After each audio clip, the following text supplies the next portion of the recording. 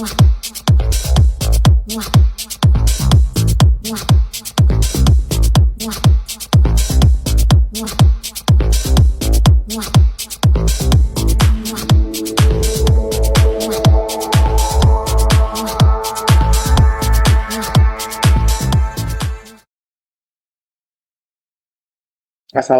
warahmatullahi wabarakatuh. Kami dari kelompok 2 akan mempresentasikan hasil diskusi kami tentang proyek akhir proposal bisnis dengan nama perusahaan kami yaitu PT Putra Bangsa Apro. Di sini ada nama kelompok dan sekaligus struktur organisasi perusahaan PT Putra Bangsa Apro ini. Yang pertama ada saya sendiri yaitu Muhammad Masa Putra sebagai direktur utama. Yang kedua, ada Lintang Albabila Bilowo sebagai wakil direktur. Yang ketiga, ada Doni Prasetyo sebagai manajer produksi. Yang keempat, ada Feni Ade Adinda sebagai manajer SDM. Yang kelima, ada Febrianti Ajahra sebagai manajer pemasaran. Dan yang terakhir ada Najla Sifadia sebagai manajer keuangan.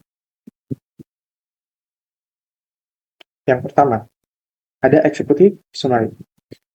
Di sini ada visi. Visi perusahaan kami adalah menjadi perusahaan riset lokal yang unggul, produksi berkualitas tinggi, serta menghadirkan desain yang mudah diterima oleh berbagai kalangan dengan harga yang tetap terjangkau.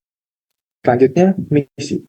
Misi kami ada 5. Yang pertama, menyediakan riset berkualitas. Yang kedua, memberikan layanan custom yang fleksibel. Yang ketiga, membangun hubungan baik dengan pemasok dan mitra distribusi untuk memastikan bahan baku dan proses pengiriman selalu lancar. Yang keempat, mengembangkan pemasaran digital agar produk bisa dikenal lebih luas dan mudah dijangkau konsumen se-Indonesia.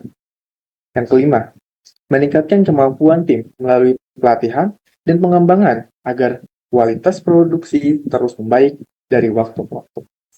Selanjutnya, ada tujuan usaha. Yang pertama, memproduksi berkualitas. Kedua, memberikan layanan pembuatan tas custom bagi komunitas, perusahaan, UMKM, dan individu dengan proses pengerjaan yang cepat dan hasil yang konsisten.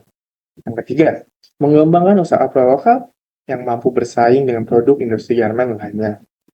Yang keempat, membangun hubungan jangka panjang dengan pelanggan, pemasok, dan mitra bisnis melalui pelayanan yang profesional dan kepercayaan yang saling menguntungkan. Yang kelima, membangun reputasi brand yang positif dan terpercaya. Yang keenam, memperluas jangkauan pemasaran melalui media sosial dan marketplace. Yang ketujuh, menciptakan lapangan pekerjaan bagi tenaga kerja lokal dan meningkatkan potensi sumber daya manusia di bidang produksi apparel dan industri kreatif. Dan yang terakhir yaitu meningkatkan daya saing perusahaan dengan terus melakukan evaluasi, inovasi, serta pembaruan teknologi produksi. Dan juga di sini ada kunci keberhasilan usaha. Yang pertama, ada konsistensi kualitas produksi. Yang kedua, efisiensi operasional dan teknologi produksi. Yang ketiga, strategi permasalahan digital dan efektif. Keempat, pelayanan pelanggan yang inklusif dan profesional. Yang kelima, fleksibilitas dalam layanan custom dan produksi. Yang keenam, tim manajemen dan SDM yang kompeten. Dan yang ketujuh, pemahaman tren pasar dan inovasi berkelanjutan. Di sini ada gambaran perusahaan umum. PT Putra Bangsa Apro, besaran terbatas. Putra Bangsa Apro berdiri pada tahun 2021 di Kota Bandung, Jawa Barat, yang bergerak di bidang produksi dan distribusi riset yang dikenal sebagai salah satu pusat industri tekstil dan fashion terbesar di Indonesia. Lokasi kantor dan produksi di jalan yaitu di Jalan Citarum, nomor 8, Bandung, Jawa Barat, dengan luas lahan 200 sampai 500 meter persegi. Usaha ini didirikan oleh 2 orang pendiri muda yang sering berjalannya waktu mengajak rekan-rekannya untuk ikut mengelola usaha ini, dan pada akhirnya 6 orang ini bertekad menghadirkan merek yang dapat menjadi identitas gaya hidup modern anak muda Indonesia.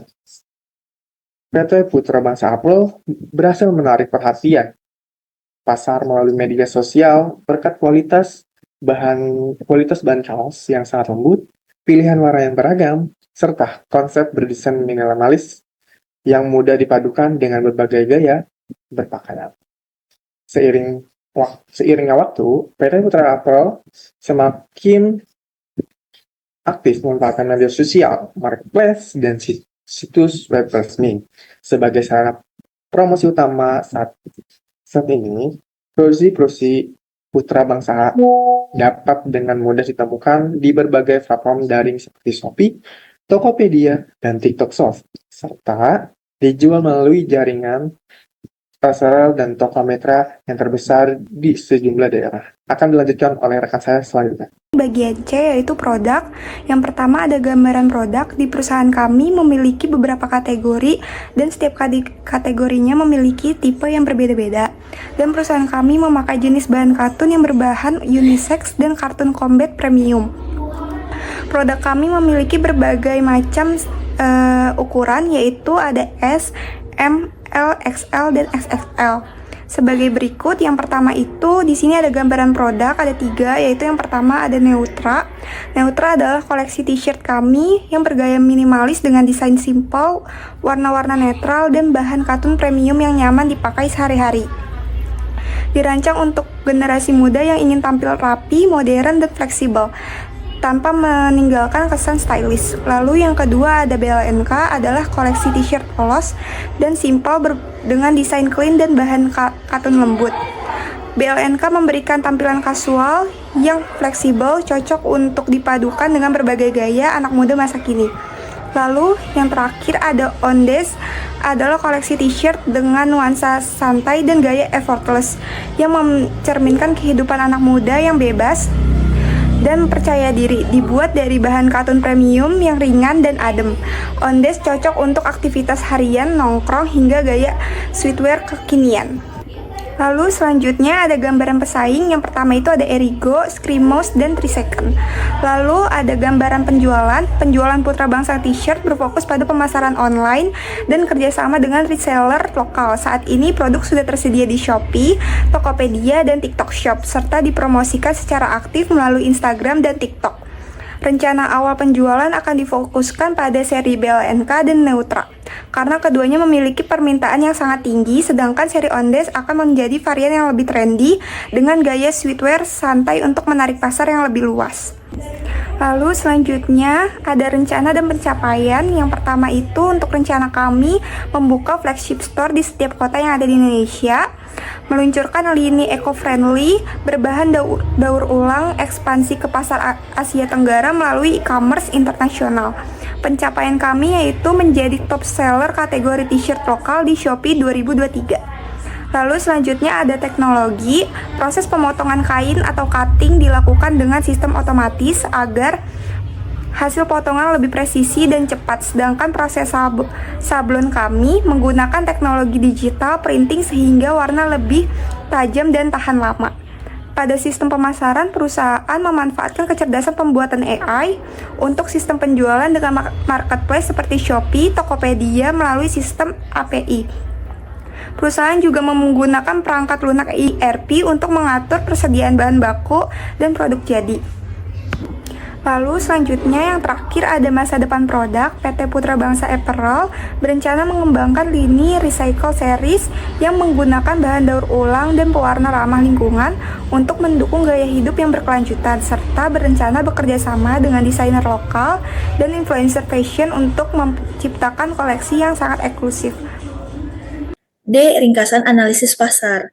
Analisis pasar ini terbagi menjadi 7, yaitu yang pertama ada segmentasi pasar, di mana perusahaan menargetkan kelompok konsumen berusia 15 hingga 40 tahun yang memiliki kebutuhan tinggi terhadap pakaian nyaman, modern, dan terjangkau. Segmentasi juga mencakup pelajar, mahasiswa, komunitas, dan pelaku UMKM yang membutuhkan t-shirt sebagai merchandise maupun seragam. Kemudian yang kedua, strategi STP, segmentasi, targeting, dan positioning. Strategi STP ini diawali dengan segmentasi berdasarkan usia produktif, komunitas, serta pelaku bisnis yang membutuhkan produksi kaos dalam jumlah besar maupun kecil. Pada tahap targeting, perusahaan fokus melayani 4 kelompok utama, yaitu individu pengguna t-shirt, komunitas atau organisasi yang membutuhkan kaos event atau seragam, UMKM atau brand lokal, dan yang terakhir itu ada positioning, di mana perusahaan menempatkan diri sebagai produsen t-shirt yang mengutamakan kualitas bahan, desain modern, layanan custom yang fleksibel, serta harga yang kompetitif. Lalu, ringkasan analisis usaha. Analisis usaha menunjukkan bahwa peluang bisnis t-shirt di Indonesia masih sangat besar. Dengan tenaga kerja terampil, proses produksi yang efisien, dan kemampuan memenuhi pesanan skala kecil hingga besar, membuat perusahaan memiliki potensi kuat untuk berkembang dan bersaing di pasar lokal dan internasional. Lalu rekanan usaha. PT Putra Bangsa Apparel bekerja sama dengan berbagai rekanan usaha seperti pemasok bahan baku, kain cotton combat, vendor sablon dan printing seperti DTG, DTF, Polyflex, penyedia kemasan, pemasok peralatan produksi, serta mitra logistik untuk mendukung proses pengiriman ke seluruh Indonesia. Distribusi. Sistem distribusi dilakukan melalui penjualan langsung dari workshop pemasaran melalui marketplace seperti Shopee, Tokopedia, promosi melalui media sosial, serta kerjasama dengan komunitas dan perusahaan. Dukungan sistem pengiriman nasional memudahkan produk menjangkau konsumen dari berbagai wilayah. Persaingan di industri t-shirt tergolong tinggi karena banyaknya produsen lokal dengan beragam skala usaha, mulai dari UMKM hingga perusahaan besar. Persaingan harga yang ketat, perubahan tren fashion yang cepat, serta kecenderungan konsumen berpindah ke brand lain menjadi tantangan tersendiri. Namun demikian, PT Putra Bangsa Apparel memiliki peluang untuk unggul dengan menawarkan kualitas bahan yang konsisten, layanan produksi cepat, desain variatif, dan kemudahan pemesanan secara online. Selanjutnya ada pesaing utama. Pesaing utama PT Putra Bangsa Apparel terdiri dari produsen kaos berskala menengah yang berlokasi di daerah pusat Jerman seperti Bandung dan Jakarta. Brand clothing lokal yang turut memproduksi t-shirt sendiri, perusahaan merchandise custom, serta produsen t-shirt online yang fokus pada harga rendah di marketplace. Ringkasan strategi dan implementasi. Yang pertama ada strategi produk. Putra Bangsa T-shirt memiliki kualitas jahitan rapi serta menggunakan bahan cotton comb yang lembut dan tahan lama, serta menawarkan layanan custom. Yang kedua ada strategi harga. Strategi harga yang digunakan adalah harga yang terjangkau dan disesuaikan dengan kualitas bahan serta jenis sablon yang dipilih pelanggan. Semakin besar volume pemesanan, semakin rendah juga harga per produknya, sehingga menarik bagi komunitas dan perusahaan yang memesan dalam jumlah banyak. Yang ketiga ada strategi distribusi. Perusahaan menggabungkan distribusi online dan offline untuk menjangkau pasar yang lebih luas. Penjualan dilakukan melalui workshop langsung, marketplace seperti Shopee dan Tokopedia, serta media sosial yang memudahkan pelanggan berinteraksi dan memesan dari mana saja. Untuk pengiriman, PT Putra Bangsa Apparel bekerja sama dengan layanan ekspedisi terpercaya agar produk sampai tepat waktu dan aman. Sistem ini dipilih agar proses distribusi lebih efisien, cepat, dan dapat menjangkau seluruh wilayah di Indonesia. Nah, yang terakhir ada strategi promosi. Promosi dilakukan secara intensif melalui media sosial seperti Instagram, TikTok, dan Facebook dengan menampilkan contoh produk, proses produksi, hingga testimoni pelanggan. Perusahaan juga memanfaatkan fitur iklan digital untuk menjangkau lebih banyak calon pembeli. Selain itu, promo tertentu seperti diskon pemesanan dalam jumlah besar dan potongan harga pada event tertentu digunakan untuk menarik minat pelanggan. Pendekatan komunikasi yang ramah dan cepat tanggap juga menjadi bagian penting dalam strategi promosi agar pelanggan merasa nyaman selama proses pemesanan. Selanjutnya akan dibacakan oleh teman saya. Untuk bagian F itu ada ringkasan manajemen, struktur organisasinya itu berikut tampilannya. Di sini ada Direktur Utama Muhammad Maya Saputra, Wakil Direktur Lintang Ababil Abilowo, Manajer Produksi Doni Prasetyo, Manajer Sumber Daya Manusia Feni Ade Adinda, Manajer Pemasaran Febrianti Azhara, Manajer Keuangannya Najla Sifadia. Nah, struktur organisasi ini memungkinkan pengawasan yang baik, pembagian tugas yang optimal, dan pengambilan keputusan yang lebih cepat dalam menghadapi dinamika pasar. Di sini ada tim manajemen. Nah, Direktur Utama itu Muhammad Maya Saputra. Tugasnya itu bertanggung jawab penuh atas pengambilan kebijakan strategis, arah perkembangan perusahaan, dan pengawasan keseluruhan operasional. Yang B itu ada Wakil Direktur Lintang Ababil Abilowo. Nah, Wakil Direktur memastikan koordinasi antar divisi berjalan lancar, membantu dalam pengawasan produksi, serta turut dalam pengambilan keputusan penting. Yang C itu Manajer Produksi ada Doni Prasetyo, bertanggung jawab atas seluruh kegiatan produksi mulai dari perencanaan, bahan baku hingga pengemasannya. Yang D itu ada Manajer Sumber Daya Manusia Feni Ade Adinda. Nah, dia mengelola kebutuhan sumber daya manusia, melakukan rekrutmen, pelatihan, penilaian kinerja, dan pengembangan kompetensi karyawan. Lalu yang E, Manajer Pemasaran ada Febrianti Azhara, mengembangkan strategi promosi, branding, digital marketing, serta menjalin kerjasama dengan reseller, influencer, dan mitra bisnis lainnya. Yang F itu ada Manajer Keuangan Najla Sifadia. Dia itu mengelola pencatatan keuangan, penyusunan laporan laba rugi, cash flow, perencanaan anggaran, serta analisis rasio keuangan. Lalu ada perencanaan sumber daya manusia, itu yang A-nya itu kebutuhan sumber daya manusia. 1. 15 operator mesin jahit. 2. 3 staf sablon dan digital printing. 3. 2 staf gudang. 4. 2 staf packing. 5. 1 staf konten kreatif. 6. 1 staf administrasi. Nah, kebutuhan tenaga kerja akan terus bertambah seiring peningkatan kapasitas produksi dan perluasan pasar.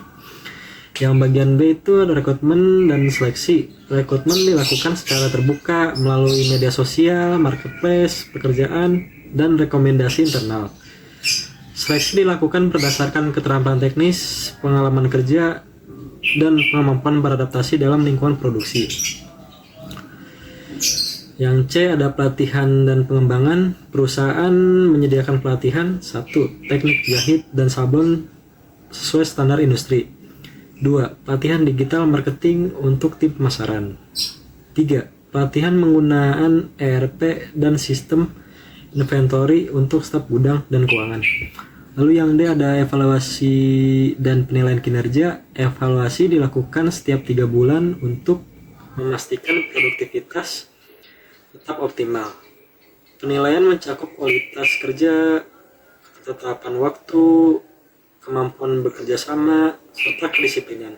Lalu yang lain itu ada pengembangan karir dan kesejahteraan. Karyawan berprestasi diberi kesempatan untuk naik jabatan, mendapatkan insentif, serta mengikuti pelatihan lanjutan. Selain itu, perusahaan memberikan gaji kompetitif, tunjangan, dan bonus berdasarkan pencapaian target.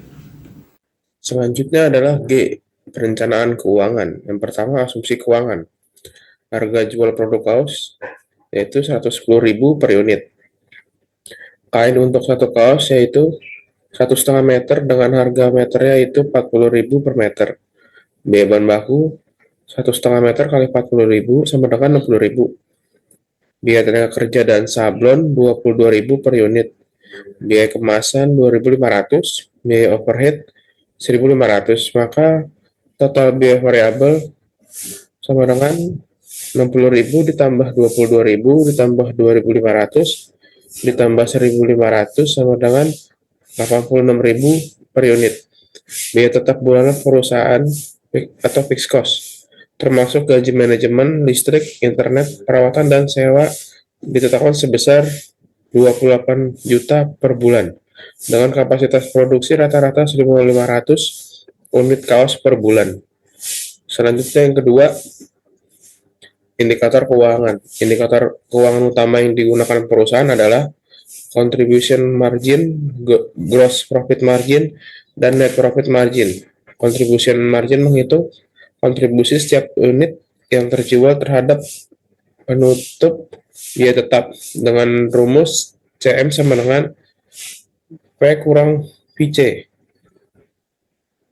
Berdasarkan harga jual 110.000 dan biaya variabel 86.000, diperoleh CM sama dengan 110.000 dikurang 86.000 sama dengan 24.000 per unit.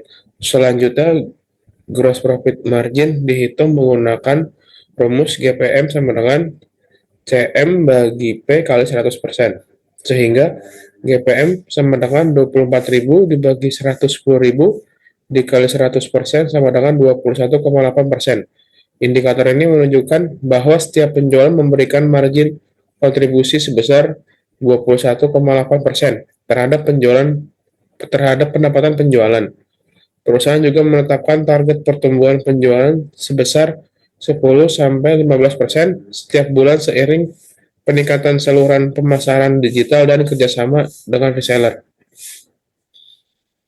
Selanjutnya, analisis break-even point.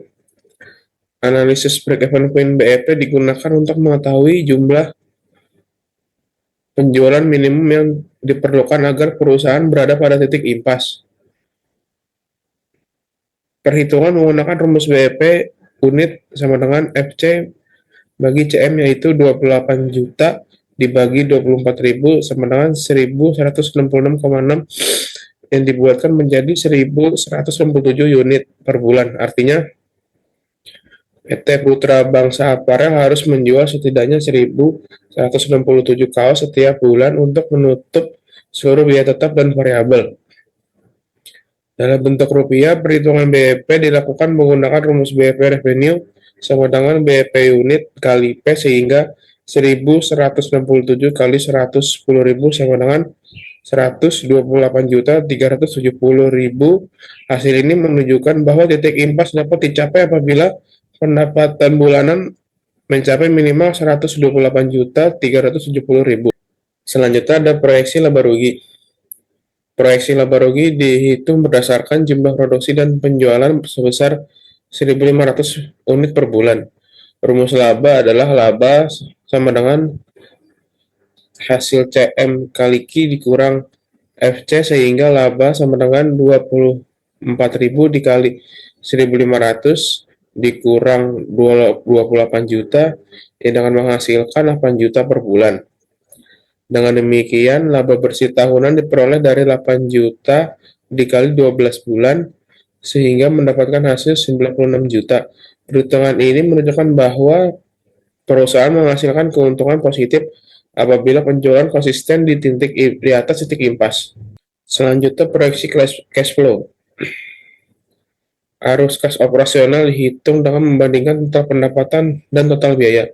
Pendapatan bulanan dihitung menggunakan rumus pendapatan P kali Q, yaitu 110.000 dikali 1.500 sama dengan 165 juta. Total biaya bulanan terdiri atas biaya variabel dan biaya tetap, di mana biaya variabel dihitung menggunakan rumus PC kali Q sama dengan 86.000 kali 1.500 dengan total 129 juta, sehingga total biaya adalah 129 juta ditambah 28 juta, yaitu 157 juta.